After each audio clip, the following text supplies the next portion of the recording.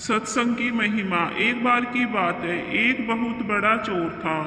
जब वो मरने लगा तो अपने बेटे को बुलाकर नसीहत दी कि अगर तुझे चोरी करना है तो किसी महात्मा के सत्संग में, गुरुद्वारा, धर्मशाला या धर्म स्थल पर मत जाना। इनसे दूर ही रहना। और दूसरी बात, अगर पकड़े जाओ तो मानना नहीं कि तुमने चोरी की है। चाहे कितनी भी मार पड़े, मानना नहीं कि तुमने चोरी की है। लड़के ने कहा कि जी, सत्य वचन, मैं ऐसा ही करूँगा। इसके बाद वह चोर मर गया और लड़का रोज रात को चोरी करता रहा। एक बार उस लड़के ने चोरी करने के लिए किसी घर में ताले तोड़े। घर वाले जाग पड़े और उन्होंने शोर मचा दिया। आगे पहरेदार खड़े थे। उन्होंने कहा कि आने दो, बचकर कहाँ जाएगा, हम यहाँ पर पकड़ लेंगे उसे। अब इधर घर वाले खड़े थे, उधर पहरेदार। चोर जाए तो जाए किधर। खैर, किसी तरह वो बचने के लिए वहाँ से भागा। तो रास्ते में एक धर्मशाला पड़ती थी। उसे अपने बाप की सलाह याद आई कि धर्मशाला में नहीं जाना है। लेकिन अब करे तो करे क्या। आखिर उसने सोचा कि मौका देखना चाहिए और धर्मशाला में चला गया। बाप का आज्ञाकारी बेटा था।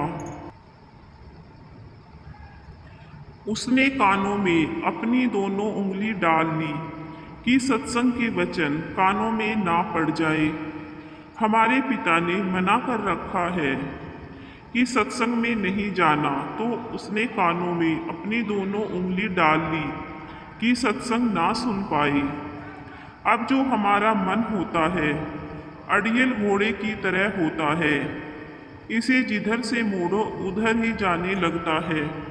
कानों को बंद कर लेने पर भी चोर के कानों में यह वचन पड़ गए कि देवी देवताओं की परछाई नहीं होती।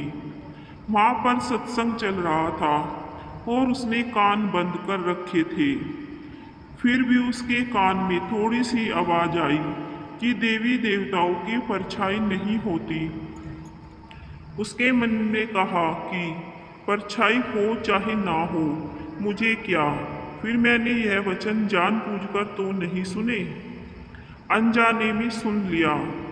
उसने अपने पिता को सफाई देते हुए मन ही मन कहा कि मैंने जानबूझकर नहीं सुना, ये ऐसे ही सुन लिया मेरे कानों ने। मैंने तो कान बंद कर रखे हैं। अब इधर घर वाले और पहरेदार पीछे लगे हुए थे। किसी ने बताया कि चोर धर्मशाला में है। धर्मशाला की जब जांच हुई तो चोर पकड़ा गया। उस चोर की सिपाहियों ने बहुत पिटाई की, लेकिन वह नहीं माना कि उसने चोरी की है।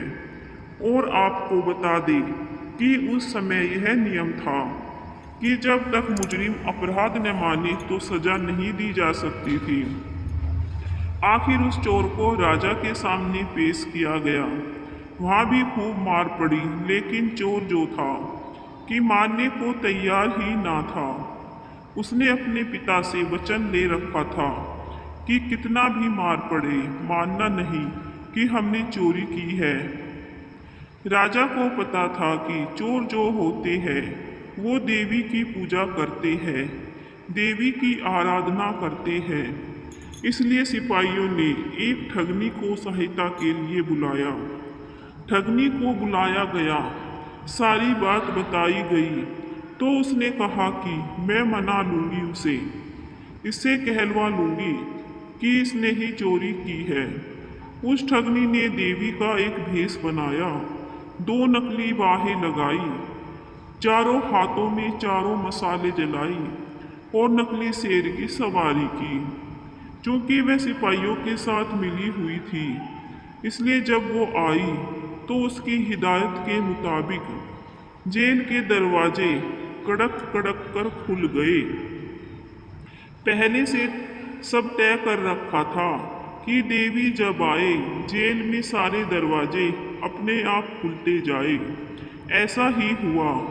और जब आदमी किसी मुसीबत में फंस जाता है तो अपने इष्ट देव को ही याद करता है। इसलिए चोर भी उस समय देवी को याद में बैठा हुआ था। अचानक से दरवाजा खुल गया और अंधेरे कमरे में एकदम रोशनी हो गई और ठगनी जो देवी का रूप बनाए हुए थी, देवी के रूप में ही एक खास अंदाज में कहा, देखो भक्त, तूने मुझे याद किया और मैं आ गई। तूने अच्छा किया जो तूने चोरी नहीं बताई। तूने अगर चोरी की है तो मुझे सच सच बता दे, मुझसे ना छिपाना। मैं तुझे फौरन आज़ाद करा दूंगी यहाँ से।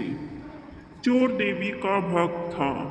अपने इष्ट को सामने खड़ा देखकर बहुत खुश हुआ। मन में सोचा कि मैं इसको सच सच बता दूं। अभी वह बताने के लिए तैयार ही हुआ था कि उसकी नज़र देवी की परछाई पर पड़ गई।